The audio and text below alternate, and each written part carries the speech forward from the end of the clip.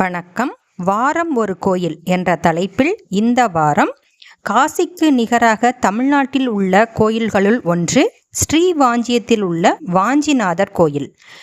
இக்கோயிலை பற்றி பல சுவாரஸ்ய தகவல்கள் உள்ளன. அதனால் வீடியோவை முழுமையாக பாருங்கள். முதலில் ஏன் இவ்வூருக்கு ஸ்ரீவாஞ்சியம் என பெயர் வந்தது என்பதை பற்றி பார்க்கலாம். ஸ்ரீ என்றால் மகாலட்சுமி, வாஞ்சியம் என்றால் அடைய விரும்புதல் என்று பொருள். ஸ்ரீ என்ற மகாலட்சுமியை அடைய விரும்பி விஷ்ணு வழிபட்ட தலம் என்பதால் இதற்கு ஸ்ரீவாஞ்சியம் என பெயர் வந்தது. அதனால் இங்கு வீற்றிருக்கும் சிவனுக்கு வாஞ்சிநாதர் என்ற பெயரும் வந்தது. அடுத்து, காசியில் உள்ள கங்கை எப்படி தெற்கே, அதுவும் தமிழ்நாட்டிற்கு வந்தால் அதை பற்றிய சுவாரஸ்யமான ஒரு கதை உள்ளது. வாங்க பார்க்கலாம். காசிக்கு சென்று கங்கையில் நீராடினால் நமது பாவம் தொலைந்து விட்டது என்று நாம் நிம்மதி பெருமூச்சு விடுவோம். ஆனால் நமது பாவத்தை அந்த கங்கை அல்லவா சுமந்து கொண்டிருக்கின்றாள். இதுபோல உலகில் உள்ள எல்லா உயிர்களும் செய்த பாவத்தையும் சுமந்தால் அவளுக்கு உடல் வலிக்காதா என்ன? இப்படித்தான் ஒருமுறை பாவங்கள் எல்லாம் கரிய நிறமாக மாறி அவள் ஆளே அடையாளம் தெரியாமல் சிவனிடம் போய் இந்த பாவச்சுமையை என்னால் தாங்க முடியவில்லை என்று அழுதிருக்கிறாள்.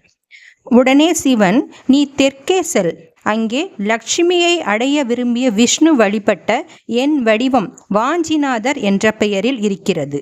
அங்குள்ள தீர்த்தம் சக்தி வாய்ந்தது.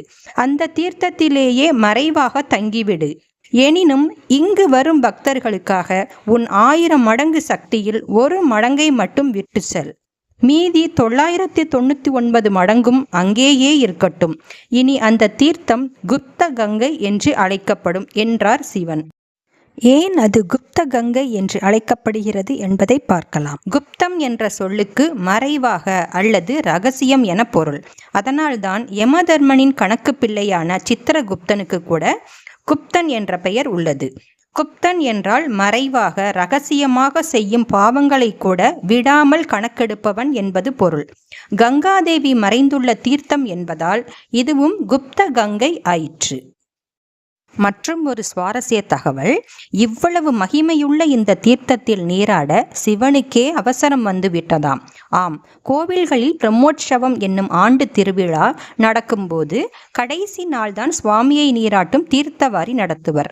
ஆனால் இங்கு மட்டும் மாசிமக திருவிழாவின் 2ஆம் நாளே தீர்த்தவாரி நடத்தப்பட்டுவிடும்.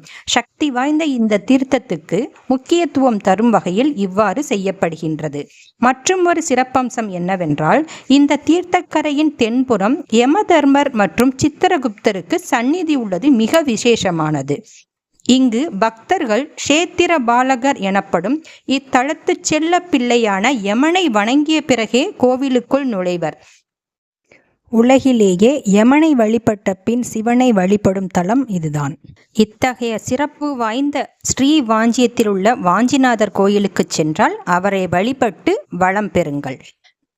அடுத்த வாரம் வேறொரு கோயில் பற்றிய சுவாரஸ்ய தகவல்களை அறியலாம். அதுவரை நன்றி.